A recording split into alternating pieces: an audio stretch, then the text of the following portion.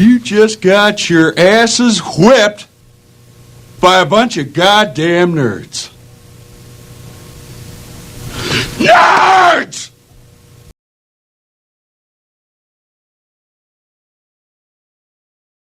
Welcome back, everybody, to another episode of Nerds Pod.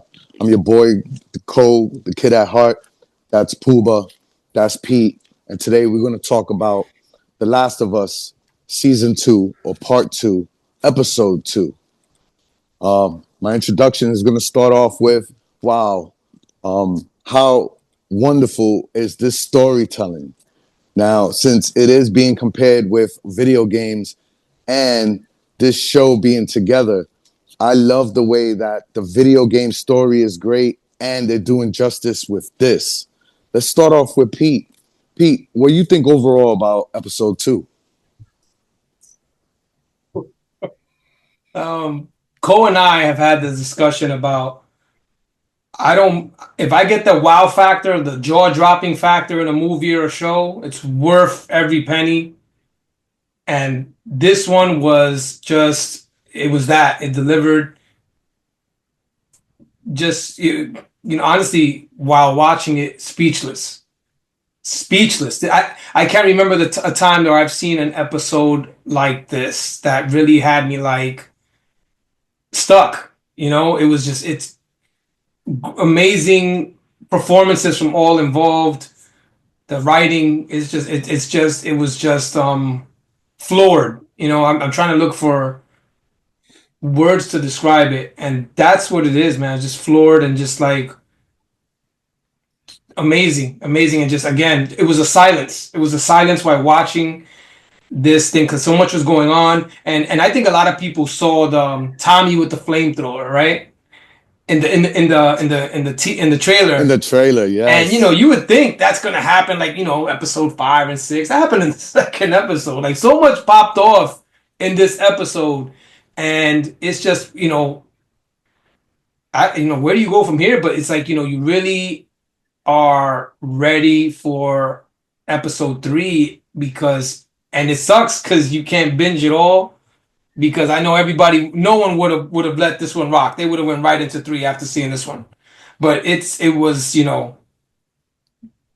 a gut punch, man. Like I'm talking about a knockout. And then you see them, they breached, and then they got like the freaking juggernaut coming through. It was just a great episode because there was so much happening, and it was all covered well. I have to agree with you on that, man. I'm so excited to watch this show. I can see why people are fans of The Walking Dead and survival shows. I got to talk to Pooba about this. Pooba, tell me what you thought about episode 2. And I have a second question with you, my brother. Not to compare the two shows, but is this Last of Us franchise as good as the Walking Dead franchise? So tell me what you thought about this episode overall and that follow-up question. So this is definitely The Walking Dead meets Game of Thrones. That's cool. This is exactly what I felt this episode is. Where you thought the main character might be safe and he's not. HBO does a great job of that for some reason with Ned Stark when in Game of Thrones. And they give us a great leader like The Walking Dead has Rick, in my opinion. Now, with that said, I love the episode. The episode was phenomenal. It was magical to watch. It was lyrically and sounded good. From the snowstorm to the crunching of the snow was fantastic. I got it. To the visual eye candy that it really is. From the cordyceps to the shooting to the bites to the dogs in this episode. So I loved it. It had me on the edge of my seat. I was dog tired. I'll be honest with you. It's Easter Sunday. You're out in church all day. I was dog tired, and I not one point. This stuck in my head, and I probably can go to sleep till like 2, 3 in the morning just thinking about this episode. Wow, what a great when we pay for these subscriptions, and when we pay to watch a movie in the theater, I think Pete said it best, that wow factor. This gives you so many. Like, you can pick and choose a one thing, and we could talk about it all in this one episode. But what an enjoyment. Thank you, HBO. Thank you, Naughty Dog. Thank you, the cast of The Last of Us, delivering what we actually want to see. And it's just captivating. The word I would use is captivating for this episode. I think a lot of people would agree with you on that, and that's good. I'm so excited that we are covering this show, and you can see the excitement with us, and I'm pretty sure everyone else that's watching the Nerds Pod right now is in agreement with you, and we're just enjoying the ride. This is wonderful. So and before, to answer your second question, I apologize about which one is better. It's Not too better. early. It's too early. Well, again, it's up there. Yes, absolutely, it's up there because the closest that we got to this particular scene was one in The Walking Dead where they got a breach and things of that nature in a town they called Alexandria. Rick lost a love interest. There was a kid who got chewed up. So, but we got that later in the season. Like, this is second season. Second episode is crazy. Yeah, second episode. Main character gone. And I gotta give them, it is hand to hand up there with The Walking Dead. Absolutely. 100%. That's awesome that this franchise is keeping up with that. Yeah, this is so cool. And I wonder if anyone out there is also seeing a similar comparisons, not to the writing and everything else, but the level of excitement that you get watching The Walking Dead. Are you getting the same from this? So I hope you guys are also enjoying this.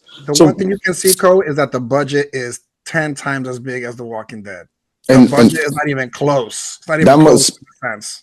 That must play a big part in a lot of things. I think when we were talking about Daredevil, Pete brought up a point where, I said I love the way Daredevil moves in Disney, and Pete was like, well, the budget's a little better in Disney, and that's why he's able to move like that, where in the Netflix they didn't have that budget. So that's another good point. Because I think The Walking Dead was AMC, right?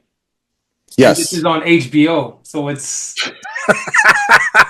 can't compete, man. Can't compete. It's minor league versus major league, bro. Pretty much. Yeah, minor league versus major league. It's a great baseball reference. I'll give you a better one. It's Tampa Bay Rays and the New York Yankees. Oh my gosh! Shout out to baseball, yo. Always. No, all day. So I do want to get into the show, but before I get into the show, I have to ask you guys this question, and this goes to both of you. I'm gonna start with Pete first. Ramsey, the actress that plays Ellie, is getting a lot of heat in the internet. Those that play the video game are complaining about she's not really the actress that we need to portray Ellie in this show. I'll just give you my take real quickly. I think the actress is doing a phenomenal job. I've watched my son play the game, and I don't really see too much of a difference, but she is getting a lot of slack. I'll ask both of you with Pete. Does it matter? Or, what is your opinion about Ramsey playing Ellie? And I think I like this question. And I'll tell you why. I think she's doing a great job. And Pooba knows she was in Game of Thrones as a little girl. She was like, what was she again, Pooba? She was a queen. She was the head of a family. Yeah, she was a queen. Like, she was. Yeah, I was like, wow, she looks like she's 9 years old. And this is a long time ago, the Game of Thrones. But when I saw that it was her playing this, I was like, oh, I want to see how she does here. And look, I think she's doing phenomenal. Everybody seems to find something to complain about when it comes to games being transitioned over to shows, comics being transitioned over to shows, and casting is big. And one thing that really drives me insane is when they'll say, oh, you know what? Triple H should play Kratos because he's bald and has a beard. Okay, but what about the acting part of it? Like, okay, I know wrestling's fake and you got an act, but like, you're telling me you would pick Triple H for Kratos because he's bald and has a beard? Let's stop that. Like it drives me insane. So I get it with the casting. People are not going to be happy with her, but you're asking me. I think she's doing a great job, and she's not mailing it in. Like when they were in the with where they caught Joel, when they were Yes. there and she was watching what was going on, like you've seen it, and that's acting right there, man. I'm sorry, that's great acting to me. Zero qualms about anybody in this show whatsoever, and she's doing. I props to her because I think she's doing a great job. So I don't agree with these people who have a problem with how she's portraying the character. I don't at all. She was a badass in Game of Thrones too, bro. Yes, she was. That's why when I saw her, I was like, oh, I haven't seen her since Game of Thrones. Let's see what she got. You know, she's older now, and look, she's delivering, man, and I'm sure she's playing off of Pascal. You know what I mean? That's like having a great team around you. Who better to right now? Who better than to be next to than him? But props to Bella Ramsey. Sorry about that. Yeah. Pooba, your thoughts, my brother. What do you think? Ellie's dope, and I'm gonna refer to her as Ellie. Listen, do I think she's easy on the eyes? No, I don't. I don't think that she is. But at the tail end of it, I don't want someone that's easy on the eyes. I just want someone to deliver Ellie, and Ramsey does it. Like I don't know, I think there's a part where people over nitpick. And a lot of it is comparable because what's great about this show is they don't deviate too much from the game. The dialogue is the same, the visuals are the same, and that story is probably one of the best stories video game wise, right? Just overall storyline. What a great way! I think it's so good that there's a group of people that want to play the game before they even watch this because the storyline is so great. And if she was horrible as an actress, one, there wouldn't be a season 2. There wouldn't be a budget for this film if she wasn't delivering it. I think this is too important for HBO and for gamers and for people that visually want to see what that translation looks like. Nah, man, she's knocking it out the park. Again, as they say, right? Like Cat Williams said it best: if you don't have any haters in your life, you're doing something wrong, right? So, props to the haters that hate her as Ellie. Good job on Ramsey delivering amongst the cast, because if she were bad, I think it ruins it for Pascal. It ruins it for some of the other actors in here. When one person is bad, it's hard to carry it. What made the Avengers fantastic is they all delivered. They all delivered, and at the tail end of it, it's not Pascal by himself. It is Ellie. We understand the pain in that first season when he tore up the hospital. And why were we happy for him to kill people and kill the only a sense of a cure? Because Ellie delivered, and we didn't want her to die. So again, at the tail end of it, I love that that she is Ellie. I hope that she continues being Ellie, and that more people hate on her, because at the tail end of it means that she's doing something right. Can I piggyback off that real quick? Yeah, go for it, brother. What he said is that people are going to hate on her. So another baseball reference. Reggie Jackson said they don't boo nobodies. Same thing, like if you ain't got haters, you're doing something. You know what I'm saying? This is the same type of deal. If you're whack, they don't care about you. But if you're doing well, look, she's on The Last of Us. This is like the hottest show out right now. Of course they're gonna hate on her. And one more thing, as far as you said, as far as you saying have acting well in a show, series, movie, whatever. Gal Gadot played the evil queen, and everybody is trashing her performance in Snow White, and that movie flopped. So definitely acting, the what you bring is definitely, and again, you got all these heavyweights around you. You got to bring your A game, and I think she's doing this. Props to her. That's it for me. Yeah, super happy for her. I mean, I also agree. I think she's doing a phenomenal job. I'm not liking her as the character. The actress I'm fine with. Is she got me to a point where I'm like, oh my gosh, girl, you need to calm down, man. You Oh, wilding why? out too much. Oh, why? Because how she's acting in the Because how show. she is, Oh, I got yeah. you. Okay, And okay. I gotta give her Cisco and Ebert 2 thumbs up. She's doing her thing. You know, but I definitely want to address that, and you guys heard it here in the Nerds Pod. You know, this is how we feel about it, and we're super excited for Ramsey, and continue doing your thing. You're doing a phenomenal job, and you know, let's keep rocking with this. Let's close that book and let's just keep going, because those that are saying anything negative, like P said, you sometimes you just want to hate, and let's just give it what it is. The show is phenomenal, and we're gonna rock with that. So let's talk about episode 2. We got Jesse, and of course, he comes to pick her up. I love Jesse's play with the way he is with Bella, right? With Ellie, excuse me. Bella's her real name. With Ellie, and then they're about to break out. They're about to leave, and all of a sudden she wants to go with Joe. I'm gonna go with Pooba on this. Pooba, you know, do you think she missed out on Joe? Like, what was her purpose wanting to go with Joe now on that run? So just kind of following from that first episode, going into the second one, when Jesse knocks on the door to get her, it becomes uncomfortable because she had just kissed Dina the night before. So, and this is very identical to the game. You can almost verbatim the banter between the two of them in that particular episode. But I think it was uncomfortable for her. It's easier to deal with the problems that you do know versus the problems that you don't know. Like, she doesn't know how Jesse's really going to react to it. Even though he acts kind of okay with it, he does say, right, that they always say there's a little bit of truth when you joke around, like the truth and Jess, or what is it? What's that saying Yeah, go? you get the I'm saying truth it and wrong Jess. completely. Yeah, correct. So Mm-hmm. he said it's kind of messed up. So I think that was just uncomfortable with her. And then he was questioning the relationship between Joel and her.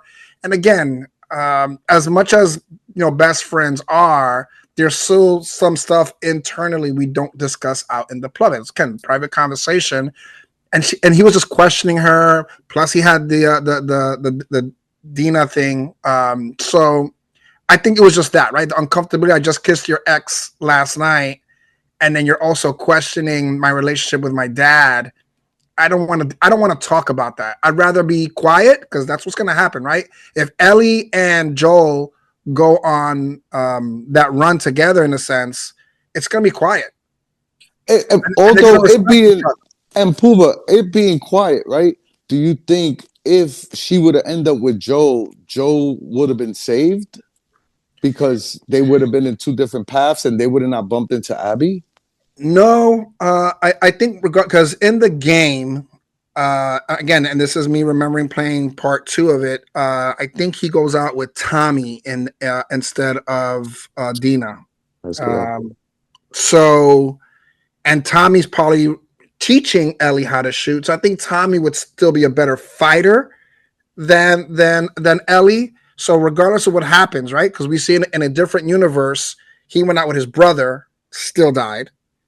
Going out with Ellie, again, would love to see that, but I don't think the same result for Joel has to happen. Here's the thing. At the end of the day, I think we all have to pay for our sins. The things we do in life come back to us to haunt us. And I think that this particular The Last of Us just shows us that nothing goes unanswered. And everything is going to have an answer back. That people are still connected because now the revenge tour continues. So I think he still gets murked because at the end of the day, if someone murdered my dad, yeah, there's hell to pay. There's going to be hell to pay. So regardless of what happened, Joel, who is trying to do the right thing always, but is always on the bad side of it, regardless of whatever happens. Whether it was killing the kids, I think that in season 1 when we showed that, he's going to look like the bad guy no matter what he does.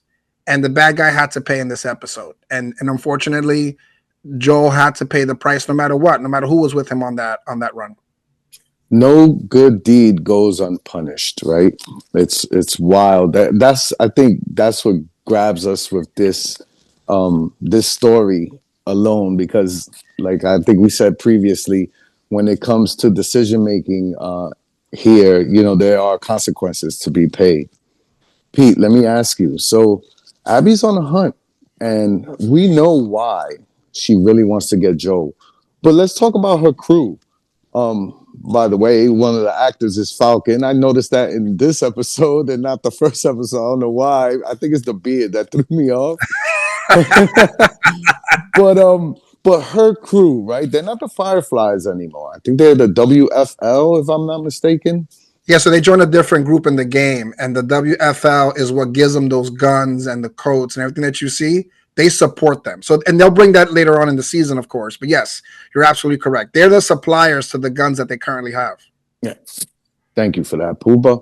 Gotcha. Pete, you think her crew, what was your thoughts about her crew? And as you can see, they're a little more like, look, man, we know you want to get revenge. And they were trying to plan out. They saw it was cool because they said, look, I thought they were just a bunch of tents. No, they got a whole city over there, pipeline and all. And we spoke about this in the last episode, how well prepared and that community is.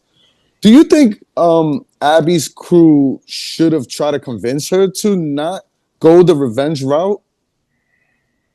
When the guy said, when her friend said, I got a plan, and he said, I forgot the exact words that he said, but he was gonna try to get her out of that. Try to not. She lucked into finding Joel because she went on her little thing, and then look, she was about to, it was about to be over for her, and who saves her is Joel, which is crazy because he saves the person who ends up killing him, and the person who's looking for him to kill him because of her dad. And look, I said it last time. I didn't play the game, and this kind of helped the experience for me yesterday because when she shot him in the leg, I was like, oh, okay, this may not go Joel's way right now. That's great. See, that's why I don't like spoilers. Yes, I was like, oh, wait a minute. And what I love is Joel stayed in character. He didn't bitch out. She's yapping about next to the golf clubs, and he was like, yo, shut the F up and do it already. Loved it. Loved it. And it sucks because it's how ballsy is it to kill the main character? And I know it's part of the game, but super ballsy to kill the main character, the hottest actor that's out right now. I mean, I don't know if there's anybody else, but it looks like he's it right now. He's the Mandalorian. He's freaking Reed Richards. He's Joel in The Last of Us. Like, this guy is all over the place, and these are like prime roles he's getting, and they killed him off in the second episode of the freaking second season. But going back to the question, I'm sorry I went off because that scene was just crazy to me. Mm-hmm. We're gonna keep talking about. And then she hit him with, "You're not gonna rush this." So she got she got her fulfillment of it. You know what I mean?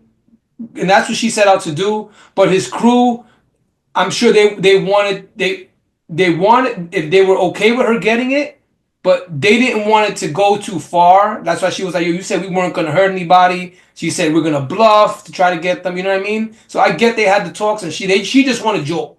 She didn't care about nobody else, and that's how it happened. They left Dina there. They didn't kill Ellie, and she said, "I'm gonna effing kill you." Right there, if it's me in that type of situation, I was like, you know what? I don't want this to come back to bite me. And she's finished. So, yeah, her crew they were kind of like on the fence, but it seems like they just didn't want to die. I think he said it as well. What's going to happen is we're going to die. We're going to go out there. We're going to be the ones who are going to die. But look, she got what she wanted, but bullseye's on them now because Dina knows who they are. So. And you can see, you said the patch was there. It said who they're affiliated with. So now we'll see what happens. And like you said, they survived, so they're taking Joel's body back. So they are gonna end up linking up with Tommy, and who knows where this is gonna end up going. But Pooba, let's stick to that scene. Just generally speaking, Walk me through that scene again, and give me your great takes on it, because I So want to know what you we're got out of talking it. about Joel's death. We're talking about now. Joel was surprised. He turned around. He was like, "Whoa, wait a minute, what's going on?" Because Abby at first said, "Help them." So I thought she was gonna play it for a little bit, but then I love the way she goes, "Yeah, what's your name? Yeah, that's Dina, and that's Joel." And they all were like, "Oh shoot!" So I was liking that part. And yeah, walk me through it. How did you feel when you were seeing that whole scene play out? So in the back of my head, I'm still thinking about all the cordyceps that were chasing them, um, and while recognizing what's in the game, of course, you kind of feel already what's going to happen. But yeah, when she said the Joel thing, they all were like, "Oh." Like they knew, they didn't know, like Joel and Dina didn't know as well. He put his hands up quick. The tension was so palpable. You felt it in that episode. And you kind of have this. Abby did a great job. Again, the actress's name escapes me right now, but she did a great job of transitioning from, "Oh, we made it," to, "Oh, I'm gonna get this guy." Like it was night and day immediately from that. And I'll tell you this much: the game is more gruesome when she shot him in the knee in the game versus in this show. So the show played it down just a little bit, but just the even Joel's like, "Oh my God, they're gonna put this something into the one my new daughter, right? Then this new love that I found as a daughter, they're putting this liquid in her," and he's saying, "See, I'm not okay," because he was worried about her first, right? But her Yeah, falling asleep also allowed Joe to kind of recognize who what I'm dealing with now. Because I think he was trying to hide it because he didn't want anybody to know the malice that he did at the hospital. So it's still like, okay, there's a little bit of relief because Adina's asleep and I can now deal with this one on one. But I just didn't think that Joel at that time didn't recognize the hate that was coming towards him. Like you felt his heart drop when she did say, "My father," when she was talking about the dad, and she was asking about the people. How many people did you know? How many people you killed, or you just killed a kill?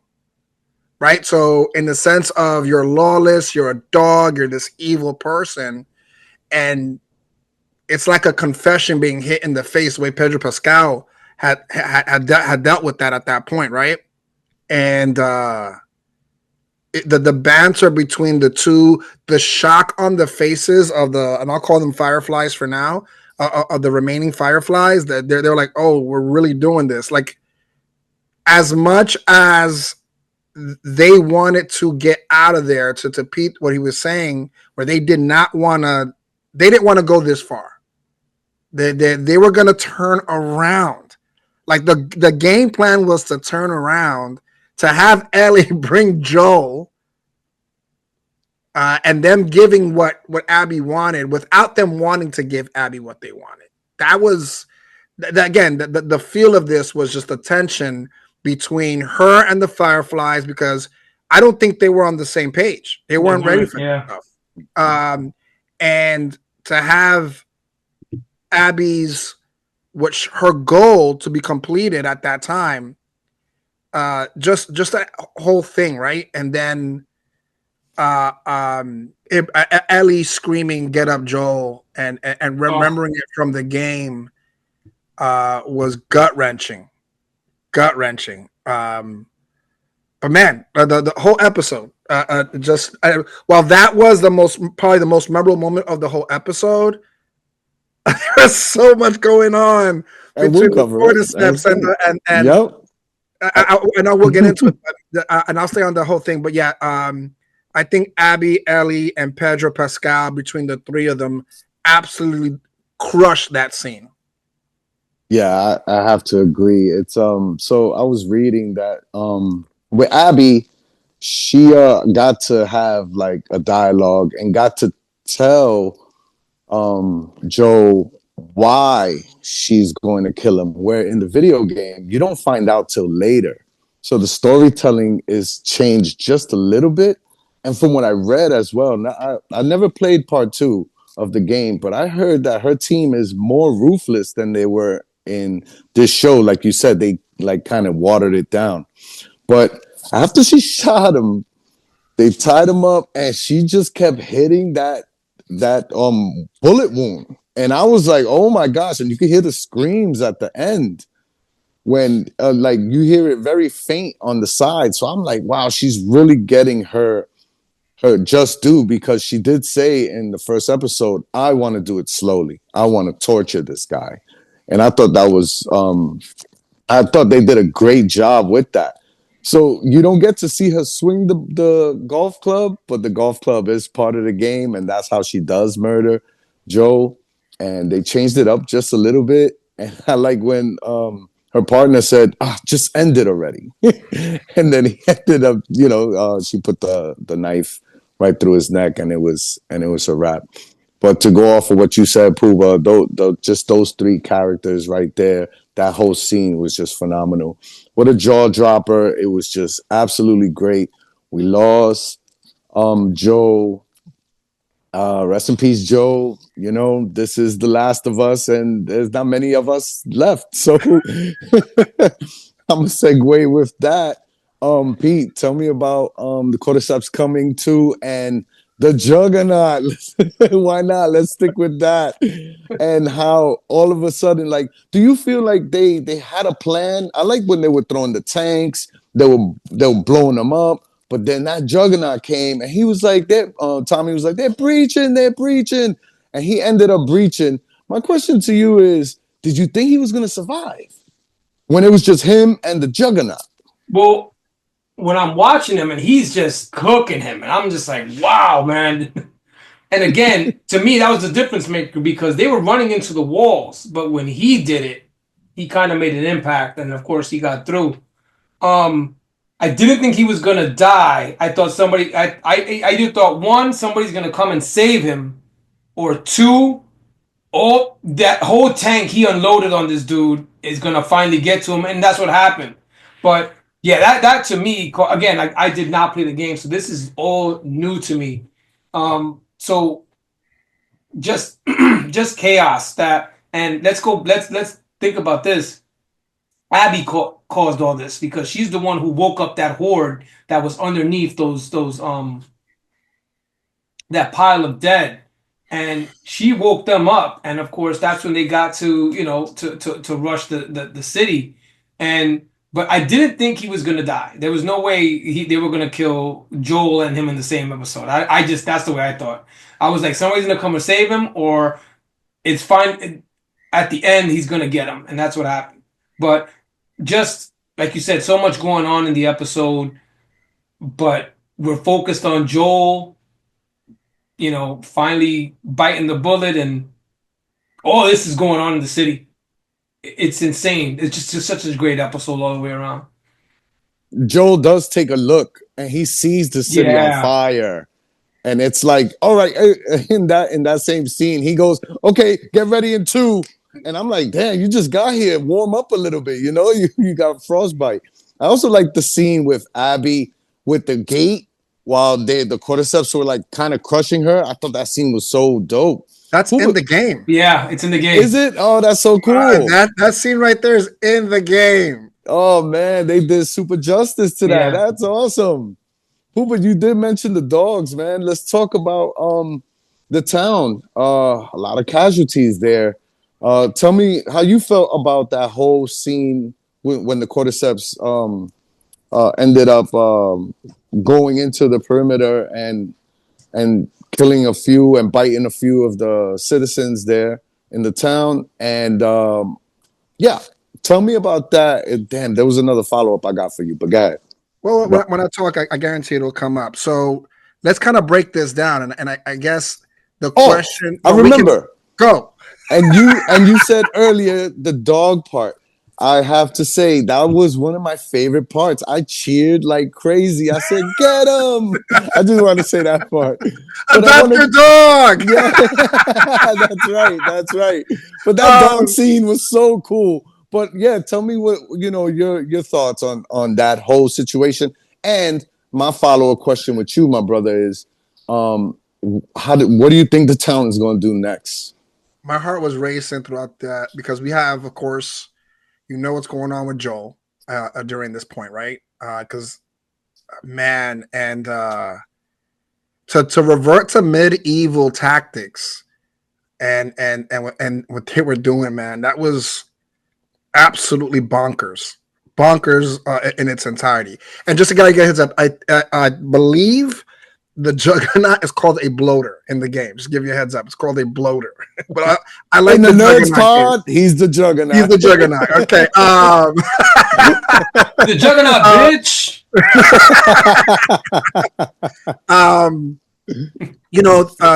They have a great scene with Tommy, and he's giving the game plan out for them prior to this, right?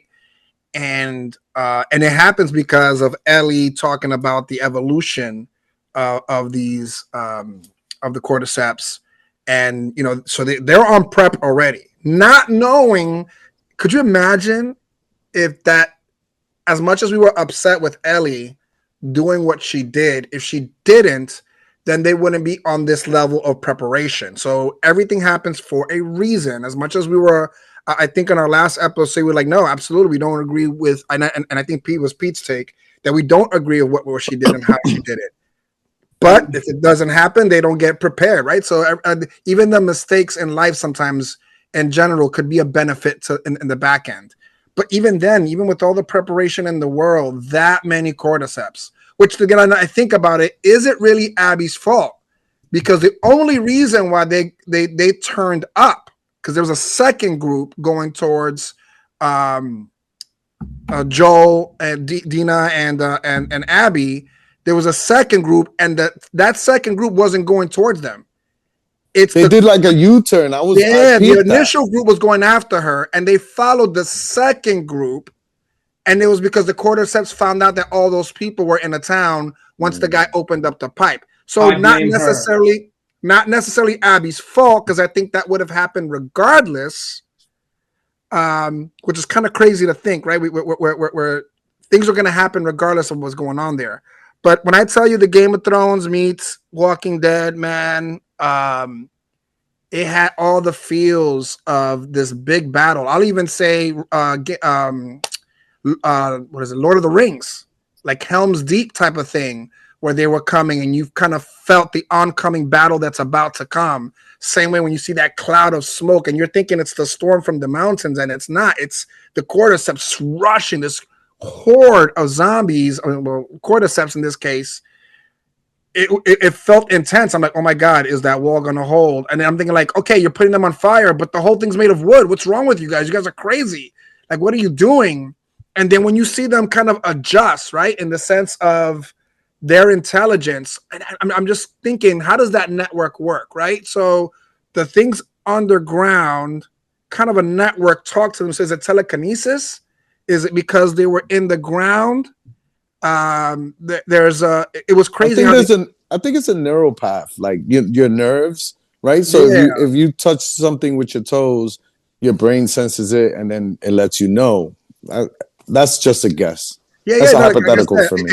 It could be telekinesis. I don't know. I don't know exactly how the show. I don't want to spoil it for the games because again, there's so much more to talk about. But in this particular show, I don't know how it works. But again, it's just crazy. The way the cordyceps work, the way the whole network of it. I'm intrigued with it. I'm not gonna lie. I'm definitely intrigued by it. But even the Tommy's wife Maria in the show, who also played on an HBO series, True Blood. Yeah. Again, HBO does a really good job of recasting their people, and I love that. But I mean, even from everyone shooting from the roofs, like the only thing I would have said is, man, lock the roof door. What is wrong with you guys? Just lock the roof door. But no, there were some scenes on there. I'm like, okay, they're just walking by Tommy, and they're just walking by some of the other people. I was a little thrown off of that, but I'll end up with. I love the fact that the dogs can't turn. The even if they're bit, animals do not turn. Hence why they're on horses as well. So you guys know this as well. But Maria going directly for the dogs, man, like that was Plan Z. If all else fell, the dogs are the Alamo, and I was all in. I was woof woof barking alongside with them. And if you notice at the end of it, when they're showing all the bodies and them still shooting some of the cordyceps, the dogs are still going at it. Yep. The dogs are still chewing up on some of those cordyceps. Were very cool. I think again, just it didn't seem unrealistic for a battle of that nature. It didn't seem unrealistic. Everything outside of when he's on the blowtorch and then things are just walking right by him. But beyond two of the guys that had blowtorch, they were like, "Screw this, I'm out," and they started running. I thought that was funny. Yeah, like you figure out all these movies when you see these battles, and they're like, hold, hold, hold. So you hold the line. Nah, they they weren't holding nothing. They were out. I agree with you. That was funny. I was like, yo, that's so messed up. That is grimy. Like if those two guys were alive, if I survive this and those two guys are alive, I'm burning them. I'm burning them. You're useless. You're absolutely useless that you ran away and you had a whole blowtorch on your back. Again, just you could tell where they spent the budget. Like you could tell that they spent top dollar on this particular episode. So yeah, the whole it's Jackson, right? The name of the town is Jackson, and man, I tell you, man, it was this one blew my mind in the sense of seeing something visually, whether it's on the movie screen or on a TV show. It was just visually entertaining. Like even if you just turned off the volume and you were walking by a TV set and that particular scene was on, you're going to turn and you're going to stay stuck. I guarantee you. One of the questions that I had was answered in this episode. I was so curious to know, learning about these cordyceps, there's a certain temperature that they need to be at. And I was so always curious when I saw the trailer, how are they around in the snow and the cold? And they mentioned it where they used the dead bodies to keep themselves warm. I was like, wow, that's very intriguing. Like I was like, this is pretty damn cool.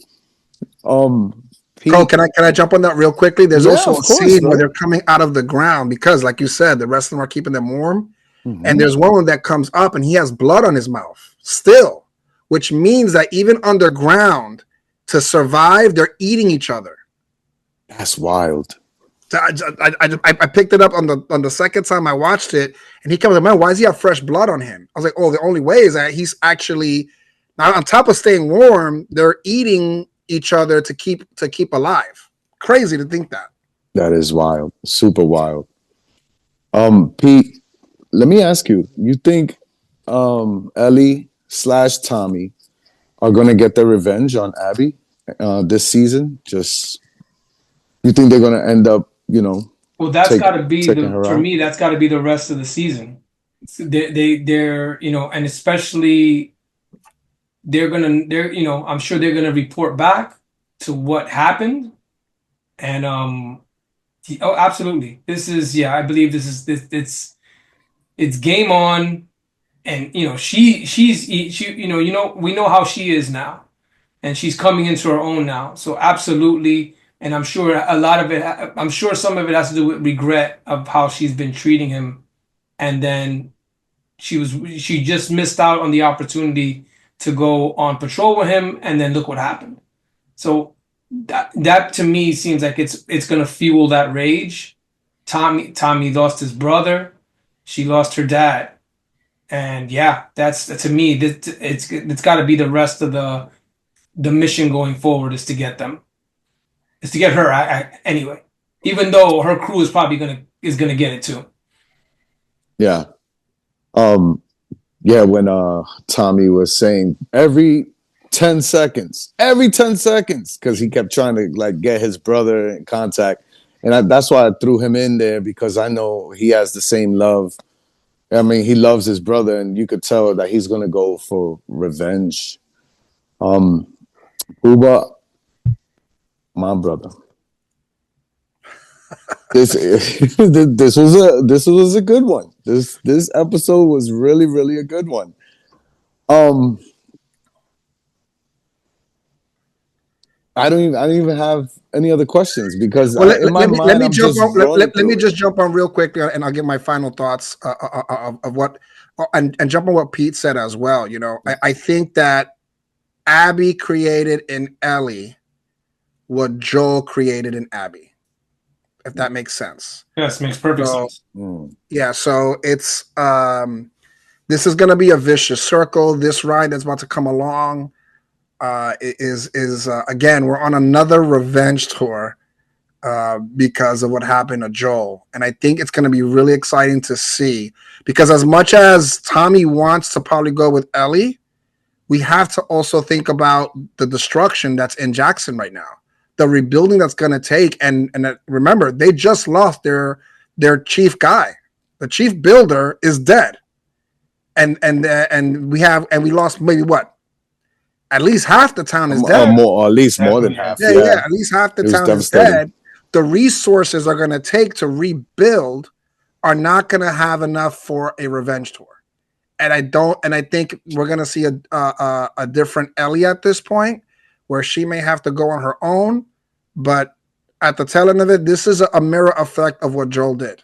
And if Joel killed her father, as she stated in the episode, then Ellie's gonna do the same thing in the sense where you killed my father now, and I'm gonna go on a revenge tour as well. So I think it's gonna be tantalizing TV to watch. I'm hoping that The Last of Us continues to get the support that it is. It's a phenomenal writing. It's phenomenal TV.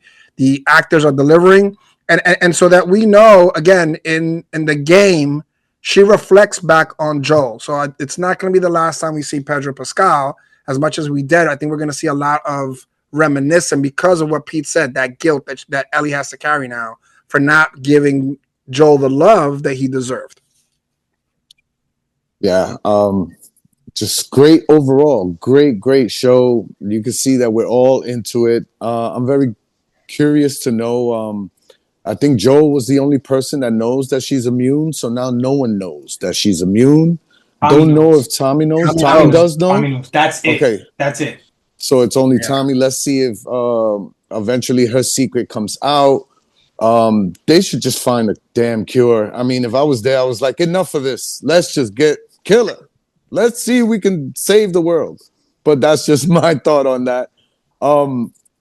Guys, that's Pete. That's Pooba. I'm Cole. Thank you again for joining us on this wonderful episode breaking down The Last of Us Season 2, Part 2, Episode 2. Bars. Love you guys and can't wait to see you guys again. Give us a like, subscribe, comments, and hit us up. We will return. The worst episode ever.